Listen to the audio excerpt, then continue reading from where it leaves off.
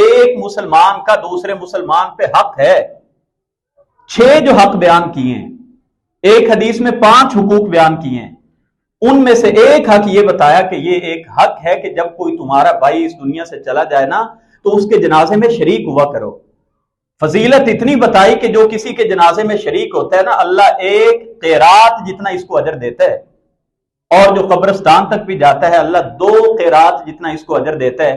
پوچھا گیا اللہ کے رسول قیرات کتنا ہے؟ فرمایا جتنا احد پہاڑ ہے اتنا بڑا ایک قیرات ہوتا ہے. اب یہ تو حدیث بتاتی ہے کہ کوئی بھی مسلمان فوت ہو جائے نا، آپ کو پتہ چل گیا ہے، اس کے جنازے میں شریک ہو جائے. ایمانداری سے پوچھیے اپنے آپ سے کہ ہم تو پہلے پورا بایو ڈیٹا لیتے ہیں کہ بندہ مرن والا ہے کون. کیا ہم نے کبھی کسی عام مسلمان کے جنازے میں شرکت کی ہے؟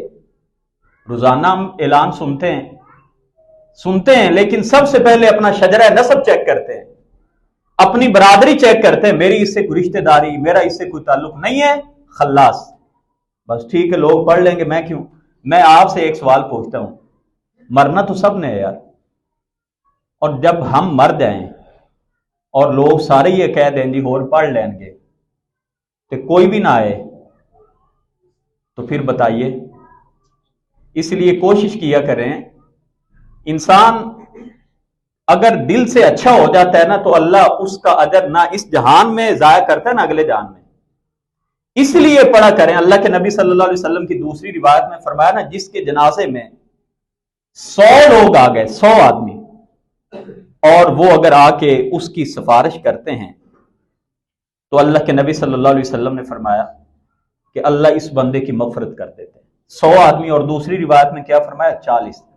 ایک روایت کے الفاظ ہیں اگر وہ توحید پرست ہو، موحد ہوں، تو کیا پتا ہمارے جانے سے، ہماری دعا پڑھنے سے اللہ کو کسی ایک کی دعا پہ رحم آ جائے. تو جب جنازے کا اعلان ہو تو کوشش کیا کریں کہ اپنے اس بھائی، اپنی اس بہن جو بھی اس دنیا سے گیا ہے، کوشش کریں کہ اس کے جنازے میں شریک ہو جایا کریں.